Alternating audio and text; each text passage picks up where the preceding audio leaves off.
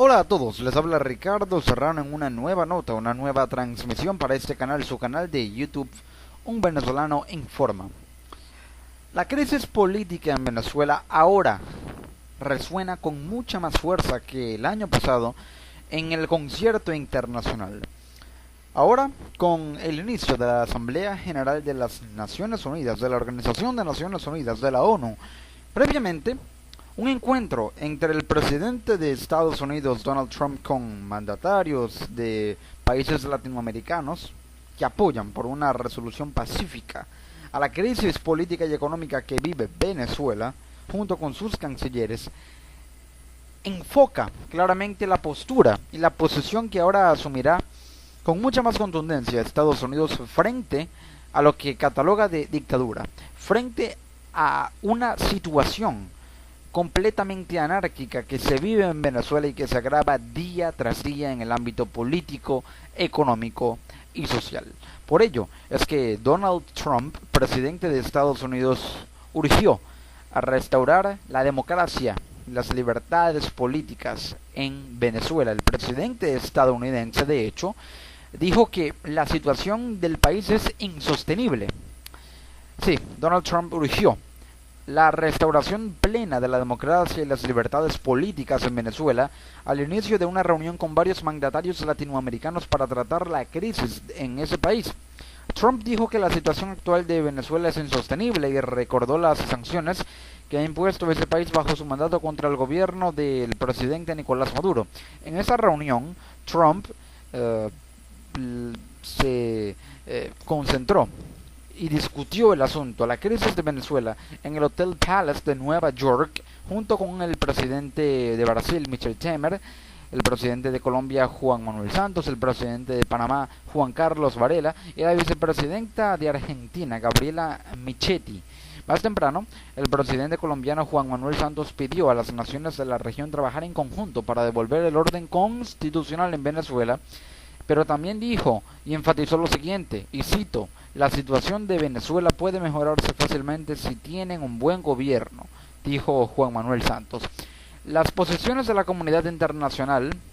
sus posiciones diplomáticas apuntan a un cambio de gobierno, apuntan a una transición, en un escenario en el que, cuando Trump afirma que la situación en Venezuela es insostenible, al mismo tiempo aseguró que Estados Unidos está preparado para tomar nuevas acciones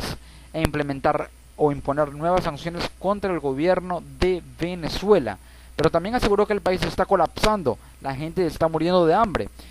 Una realidad que es palpable en el día a día, según se puede constatar en los medios de comunicación de Venezuela, según se puede apreciar por parte de los informes de analistas y de estudios que dan cuenta de que Venezuela vive una crisis completamente anárquica, una crisis completamente insostenible. No lo digo yo, lo dicen analistas, medios de comunicación, lo dice la realidad misma, lo dicen los venezolanos, lo dice la opinión pública, y eso es inocultable. Esto se produce en un contexto en el que gobierno y oposición dialogan, presuntamente dialogan, pero uno contradice al otro. El presidente Nicolás Maduro aseguró que hay diálogo formal, abierto y público, comunicacional y notorio con la oposición, pero la oposición, en la vocería de su líder, de su máximo líder en estas instancias de presunto diálogo, Julio Borges, presidente del Parlamento venezolano, afirma que no hay un diálogo como tal, sino reuniones, y cito, exploratorias. Es decir, que presuntamente el gobierno y la oposición estarían negociando la posibilidad de sentarse a negociar, porque el diálogo es para negociar. Es decir, que el gobierno y oposición en Venezuela están en República Dominicana tratando de llegar a un acuerdo para ver si logran sentarse para llegar a posteriores acuerdos que serían ya estrictamente los de un diálogo, entrecomillado por muchos analistas, porque de alguna manera prevén que el gobierno busca esto o trata de impulsar el diálogo primero para ganar legitimidad ante la comunidad internacional, para legitimarse y hacer ver ante la comunidad internacional que está de alguna manera dando una concesión importante y cediendo la posición diplomática que le correspondería para de esa manera recibir apoyo. De hecho, Nicolás Maduro agradeció a Donald Trump y a Estados Unidos por apoyar el diálogo De hecho, sí, lo apoyó Estados Unidos, lo apoya Estados Unidos, pero de alguna manera Donald Trump tiene una posición y una postura muy firme en el sentido de que no cree en un diálogo o una intención de diálogo por parte del régimen venezolano, sino que de hecho tiene Estados Unidos que propiciar un cambio para que haya una transición de régimen, un cambio de régimen, o que mejor dicho sea erradicado este régimen, y cito, autoritario, a juicio de Donald Trump. Por ello no cree en una intención de diálogo por parte del gobierno venezolano. La oposición entonces afirma que hay de alguna manera exploraciones, que están tanteando el terreno, explorando la zona, por así decirlo, para de esa manera tratar de que se puedan, por parte del gobierno, hacer cumplir las condiciones que exige la Mesa de la Unidad Democrática, la representación diplomática para diálogo con el gobierno de la oposición venezolana, que son la apertura de un canal humanitario,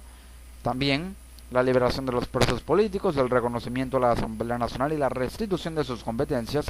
y elecciones presidenciales, o un cronograma electoral establecido para un posible adelanto de las elecciones presidenciales que se prevén o están previstas para diciembre de 2018. Sin embargo, aunque Nicolás Maduro aseguró que líderes como Leopoldo López, y que de hecho Leopoldo López mismo asistió a la reunión,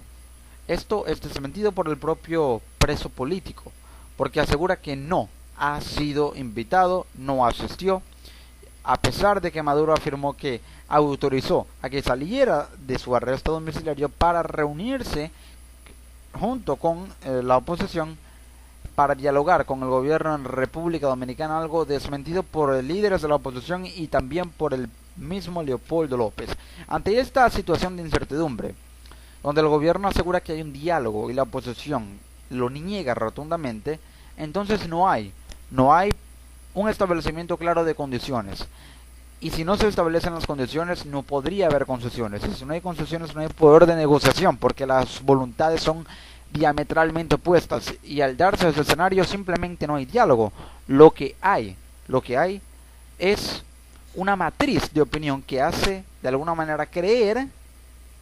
precisamente en la opinión pública, que hay un diálogo. Pero por los momentos no hay un diálogo de alguna manera reconocido por la oposición, y si la oposición no lo reconoce, no existe, porque ambas partes deben reconocer que hay una negociación para que esta de alguna manera pueda florecer y pueda ser oficialmente una negociación, así sea de facto, pero que lo sea. En ese sentido, a juicio de analistas, y esto con información basada en los análisis de firmas de opinión reconocidas en Venezuela como Data Análisis, y su presidente Luis Vicente León, reconocido analista político y economista venezolano, la oposición no puede lograr la salida de Maduro, puede lograr todo menos la salida de Maduro, a juicio de este analista, debido a que de alguna manera el gobierno no va a ceder lo que más trata de preservar, y por ello cualquier mecanismo político, llámese Asamblea Nacional Constituyente, llámese diálogo, o llámese simplemente su política exterior, de decirle a Donald Trump que los problemas de Venezuela solo lo abren los venezolanos, en la vocería del canciller venezolano Jorge Arriaza, entonces son mecanismos de aislamiento que buscan de alguna manera prolongar el capital político o el poco capital político que le queda al gobierno para de alguna manera alargar sus tiempos políticos, que le permitan llegar con cierto ápice de control, por lo menos sobre el Ejecutivo, a una posterior negociación o a unas elecciones que, según encuestas, se prevén para las elecciones de gobernadores un 60% de participación, y que de hecho la oposición tendría por lo menos 16 gobernaciones de 23, es decir, 16 estados o regiones gobernados por líderes opositores que le harían juego al poder ejecutivo y le generarían una ingobernabilidad tal hasta el punto de que de alguna manera el gobierno pueda llegar al extremo de no controlar o de no tener la capacidad de inhabilitar a 16 gobernadores, de perseguir políticamente a 16 gobernadores de oposición y de encarcelarlos, porque esto de alguna manera haría que se declare plenamente de facto como una dictadura. Por lo tanto, ante esta situación, La ingobernabilidad que pudiera crearle este escenario al gobierno se torna en algo que el mismo gobierno busca evitar. Y esto, de alguna manera, directa o indirectamente, se traduciría en algún tipo de influencia en las elecciones o, en su defecto, en la instauración de figuras políticas paralelas a los candidatos opositores electos como gobernadores que podrían llegar a ser electos, y así evitar que de alguna manera esto incentive focos de protestas que reaviven las jornadas de anarquía, de rechazo, de descontento antigubernamental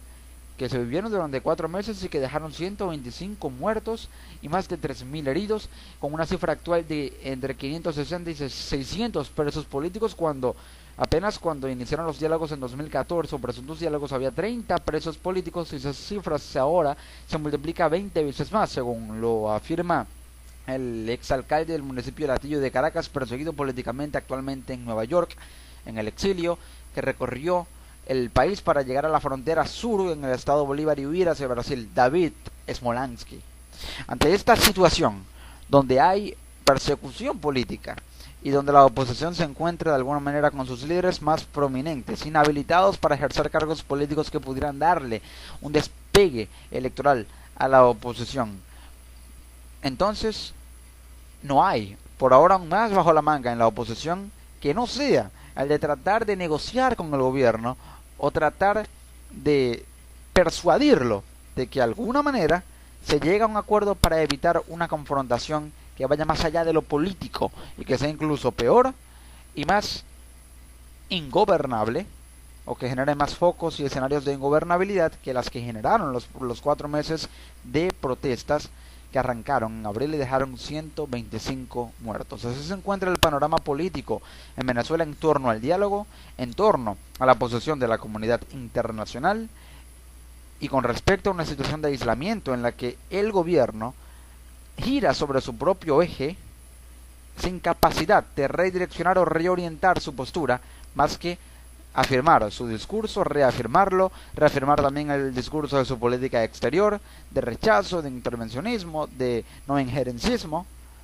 sin de alguna manera tratar de paliar la crisis interna con medidas o políticas de apertura que permitan que de alguna manera haya condiciones para una negociación mucho más sana, tanto política como económicamente. Pero este escenario por los momentos